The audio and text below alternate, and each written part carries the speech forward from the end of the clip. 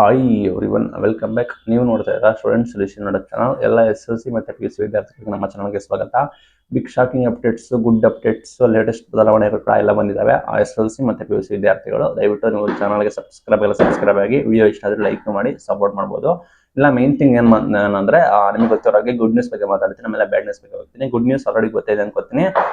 Passing marks ನ reduce ಮಾಡಿದ್ದಾರೆ. ಈ ಹಿಂದೆ 35 ಪಾಸಿಂಗ್ ಅಂಕನ ಈಗ 33 ಮಾಡಿದ್ದಾರೆ. ವಿದ್ಯಾರ್ಥಿಗಳು 33 ತೆಗೆದುಕೊಂಡ್ರೆ ನೀವು ನಿಮ್ಮನ್ನ ಉತ್ತೀರ್ಣ ಪಾಸ್ ಅಂತ ಹೇಳಿ ಘೋಷಣೆ ಮಾಡ್ತಾರೆ. ಇದು ಎಲ್ಲಾ ವಿದ್ಯಾರ್ಥಿಗಳಿಗೆ SSLC ಮತ್ತೆ ದ್ವಿತೀಯ PUC ಇಬ್ಬರು ವಿದ್ಯಾರ್ಥಿಗಳಿಗೆ ಕೂಡ ಇದು ಅಪ್ಲಿಕೇಬಲ್ ಆಗುತ್ತೆ. ಲೈಕ್ ಈ ಬಾರಿ ನಿಮಗೆ ಗುಡ್ ನ್ಯೂಸ್, ಲೈಕ್ ನಿಮಗೆ ಪಾಸಿಂಗ್ ಅಂಕನ ರೆಡ್ಯೂಸ್ ಮಾಡಿದ್ದಾರೆ.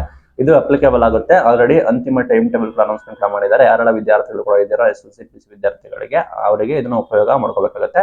ಅಂಡ್ ಮೇನ್ ಥಿಂಗ್ ಏನ್ ಬ್ಯಾಡ್ ನ್ಯೂಸ್ ಅಂದ್ರೆ, ನೀವು ಅಬ್ಸರ್ವ್ ಮಾಡಿದ್ರೆ ಅನ್ಕೋತೀನಿ, ನಿಮಗೆ ಪರೀಕ್ಷೆ ಟೈಮ್ ಟೇಬಲ್, ನಿಮಗೆ ಅಂತಿಮ ಪರೀಕ್ಷೆ ಟೈಮ್ ಟೇಬಲ್ ಕೂಡ ಅನೌನ್ಸ್ಮೆಂಟ್ ಆಗಿದೆ. ಆಲ್ರೆಡಿ SSLC ಮತ್ತು ದ್ವಿತೀಯ PUC ವಿದ್ಯಾರ್ಥಿಗಳಿಗೆ final time table already announcement ಕೂಡ ಆಗಿದೆ. ವಿದ್ಯಾರ್ಥಿಗಳು ನೋಡ್ತಾ ಇದ್ದಾರೆ ಅನ್ಕೋತೀನಿ.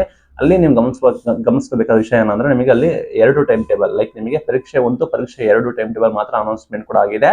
ಈ ಹಿಂದೆ ಏನಿತ್ತು ಅಂದ್ರೆ 3 ಪರೀಕ್ಷೆ ಇತ್ತು, ಪರೀಕ್ಷೆ 1, ಪರೀಕ್ಷೆ 2, ಪರೀಕ್ಷೆ 3. ಆ 3 ಟೈಮ್ ಟೇಬಲ್ ಕೂಡ ಅನೌನ್ಸ್ಮೆಂಟ್ ಕೂಡ ಮಾಡ್ತಾ ಇದ್ರು. ಬಟ್ ಇವರು ಏನ್ ಮಾಡಿದಾರೆ ಅಂದ್ರೆ, ಪರೀಕ್ಷೆ 1, ಪರೀಕ್ಷೆ 2 ಮಾತ್ರ ಟೈಮ್ ಟೇಬಲ್ ಅನ್ನ ಪ್ರಕಟ ಮಾಡಿದ್ದಾರೆ. ಕಾರಣ ಎಷ್ಟೇ, ಇನ್ನು ಮುಂದೆ ಪರೀಕ್ಷೆ 3 ಇರೋದಿಲ್ಲ. ಅಂದ್ರೆ ನಿಮಗೆ SSLC ಮತ್ತು ದ್ವಿತೀಯ PUC ವಿದ್ಯಾರ್ಥಿಗಳಿಗೆ ಇನ್ನು ವರ್ಷಕ್ಕೆ ಕೇವಲ 2 ಪರೀಕ್ಷೆ ಇರುತ್ತೆ. ಪರೀಕ್ಷೆ 1, ಪರೀಕ್ಷೆ 2 ಇರುತ್ತೆ. 2ರಲ್ಲಿ ನೀವು ಪಾಸ್ ಆಗಿ ಉತ್ತೀರ್ಣರಾಗಬೇಕಾಗುತ್ತೆ. ಬಿಕಾಸ್ ಯಾಕೆ ಡಿಸಿಷನ್ ತೆಗೆದುಕೊಂಡಿದ್ದಾರೆ ಅಂದ್ರೆ, ನಿಮಗೆ ಗೊತ್ತಿರೋಗೆ ಪಾಸಿಂಗ್ ಅಂಕನ 35ದಿಂದ 33ಕ್ಕೆ ರೆಡ್ಯೂಸ್ ಮಾಡಿದ್ದಾರೆ. ಆ ನಿಟ್ಟಿನಲ್ಲಿ ಸರ್ಕಾರ ಈ ಬಿಗ್ ಡಿಸಿಷನ್ ತೆಗೆದುಕೊಂಡಿದೆ. ನೀವು ಇನ್ನ 33ಕ್ಕೆ ಪಾಸಿಂಗ್ ಆಗಬಹುದು. ನಿಮಗೆ 2 ಎಕ್ಸಾಮ್ಸ್ ಮಾತ್ರ ಇರುತ್ತೆ. ಆ 2 ಎಕ್ಸಾಮ್ಸ್ ನೀವು ಉತ್ತೀರ್ಣರಾಗಿ ನೆಕ್ಸ್ಟ್ ನೀವು ಹೋಗ್ಬೇಕಾಗುತ್ತೆ. ಇದು ಎಲ್ಲಾ ವಿದ್ಯಾರ್ಥಿಗಳಿಗೆ ಸೇಮ್, SSLC ವಿದ್ಯಾರ್ಥಿಗಳಿಗೆ ಕೂಡ ಸೇಮ್ ಅಂಡ್ PUC ವಿದ್ಯಾರ್ಥಿಗಳಿಗೂ ಸೇಮ್ ಆಗಿ ಅಪ್ಲಿಕೇಬಲ್ ಆಗಿದೆ. ಇದನ್ನು ನಿಮಗೆ ಅಫಿಷಿಯಲ್ ಆಗಿ ನೋಟಿಫಿಕೇಶನ್ ಶೀಘ್ರದಲ್ಲೇ ನಿಮಗೆ, ಅಂದ್ರೆ ಇನ್ನೇನು ಕೆಲವೇ ದಿನಗಳಲ್ಲಿ ನಿಮಗೆ ಅನೌನ್ಸ್ಮೆಂಟ್ ಮಾಡುವ ಸಾಧ್ಯತೆ ಕೂಡ ಇದಾವೆ. ಆಗ ನಿಮಗೆ ನಿಖರವಾದ ಮಾಹಿತಿ ಗೊತ್ತಾಗುತ್ತೆ. ಸದ್ಯಕ್ಕೆ ಲೇಟೆಸ್ಟ್ ಅಪ್ಡೇಟ್ ನಿಮಗೆ ಇನ್ನು ಮುಂದೆ ಪರೀಕ್ಷೆ SSLC ಮತ್ತು PUC ಪರೀಕ್ಷೆಯಲ್ಲಿ ನಿಮಗೆ ಇನ್ನು ಕೇವಲ 2 ಪರೀಕ್ಷೆ ಮಾಡ್ತಾ ಇರುತ್ತೆ.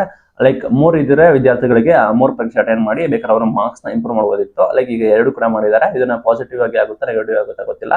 ಕೆಲವರು ಕೂಡ ವಿರೋಧ ಮಾಡ್ತಾ ಇದ್ರು, ಈ ರೀತಿ 3 ಎಕ್ಸಾಮ್ಸ್ ಮಾಡೋದು ಸರಿ ಅಲ್ಲ, ಇದು ವಿದ್ಯಾರ್ಥಿಗಳಿಗೆ ಸಮಸ್ಯೆ ಆಗುತ್ತೆ ಅಂತ. ನಿಮಗೆ ಏನ್ ಅನ್ಸುತ್ತೆ? 3 ಇರ್ಬೇಕಾ ಇರ್ಬೇಕಾ ನಿಮಗೆ ಅನ್ಸುತ್ತೆ ಅಂದ್ರೆ ಕಮೆಂಟ್ ಮಾಡಿ ತಿಳಿಸಿ.